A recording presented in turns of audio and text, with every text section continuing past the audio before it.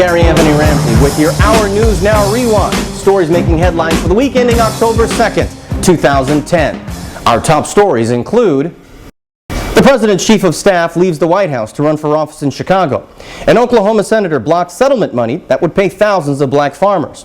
One of the mega church sex scandal accusers calls Bishop Eddie Long a monster. Blacks are almost twice as likely to die in motorcycle accidents than whites. Lebron James won't back down from comments he made about the role of race in the reaction to his decision. And the country's first clinically trained black physician finally gets a long overdue mark. Our top story: Barack Obama's chief of staff resigns to make a run to become mayor of one of America's largest cities. Rahm Emanuel is leaving the drama of the White House for the theater of Chicago politics. As chief of staff, Emanuel helped the administration pass the stimulus package and health care reform. But his brash and often combative style made enemies on Capitol Hill. Emanuel, who served as congressman for the city of Chicago, will likely be replaced temporarily by White House advisor Peter Rouse. The midterm departure comes as Democrats are bracing for what could be huge losses in the November elections. Many are now speculating about what this could mean for the second half of the Obama presidency. After 15 years of waiting and months of demonstrations, thousands of black farmers are put on hold yet again by Congress. Oklahoma Senator Tom Coburn blocked passage of a bill that would pay an overdue settlement of $1.25 billion. Democrats and Republicans had both publicly expressed hope that the bill would pass, but Coburn said that he was unhappy with how the money would be paid. GOP lawmakers in the House have claimed that some of those making claims are not farmers at all, and that the process is racked with fraud. No word on when or if the measure will come up again for a vote. Well, last week, using the story of David and Goliath, a pastor for one of the nation's largest churches vowed to fight charges of sex abuse made by former members. But just days later, one of the young men who was suing said that he is the victim and described Eddie Long as a monster. Jamal Parrish spoke to a reporter from Atlanta's WAGA after tracking him down in Colorado. The young man said his actions are not about money and that he filed the suit to keep what allegedly happened to him from happening to someone else. And I cannot forget the smell of his cologne. And I cannot forget the way that he made me cry many nights when I drove in his cars on the way home, not able to take enough showers to wipe the smell of him off of my body.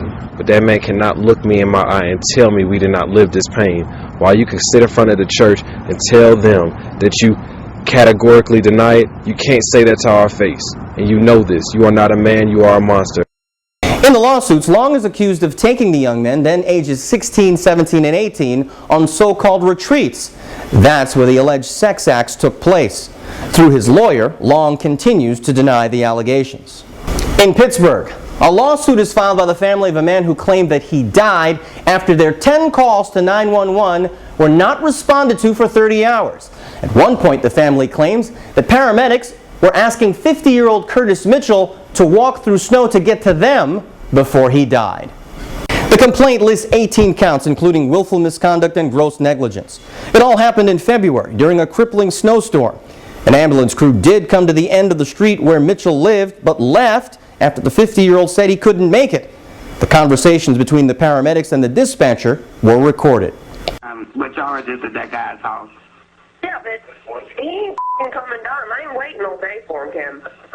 What the this ain't no cab service. One paramedic was fired and 3 others suspended after Mitchell's death. Well, the fate of a Jamaican reggae star is still up in the air after his drug trafficking trial in Miami ends with a hung jury. Now Buju Banton waits to see if a judge will grant him bail until his next trial begins. Banton was accused of arranging for cocaine shipments from Venezuela to St. Martin. But the federal government star witness, who was a paid informant, was apparently not strong enough to convince all the jurors, who said they were split right down the middle. Banton's bail hearing is now set for October 6th. He still faces life in prison if he's convicted.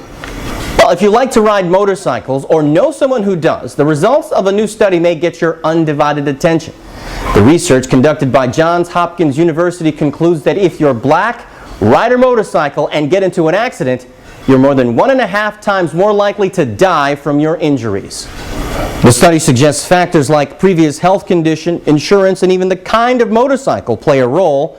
But the author of the study says that wearing a helmet is apparently not a factor for reducing risk. Even though the black or African American patients are wearing helmets more commonly, they still had worse outcomes. Motorcycle accidents kill more than 4,800 people a year in the United States and injure more than 88,000. In your Our News Now World Wrap, Nigerian authorities say they're trying to track down some 4,000 Nigerian women who now live in Mali. Authorities believe many of the women have been forced into prostitution after being lured there with the promise of jobs. While being one of the poorest countries on the continent, Mali is still a center for mining, which attracts men from all over Africa. Many returning victims say they were originally told they were heading to Europe to work as domestics, but when they arrived in Mali, they were forced to work in one of the many brothels they are told to work off their debt. Prostitution is legal in Mali, but kidnapping is not. Authorities also say they believe the ring is set up and run by older Nigerian women who gain the confidence of the younger girls. In Ecuador, army soldiers square with police officers who were holding the president hostage, but it's still unclear if the event was an attempted coup or a protest that lost control. President Rafael Carrera was rescued after the 12-hour standoff. It started after Carrera vetoed legislation that would have given the police officers better benefits and salaries. 2 police officers and at least 1 civilian was injured.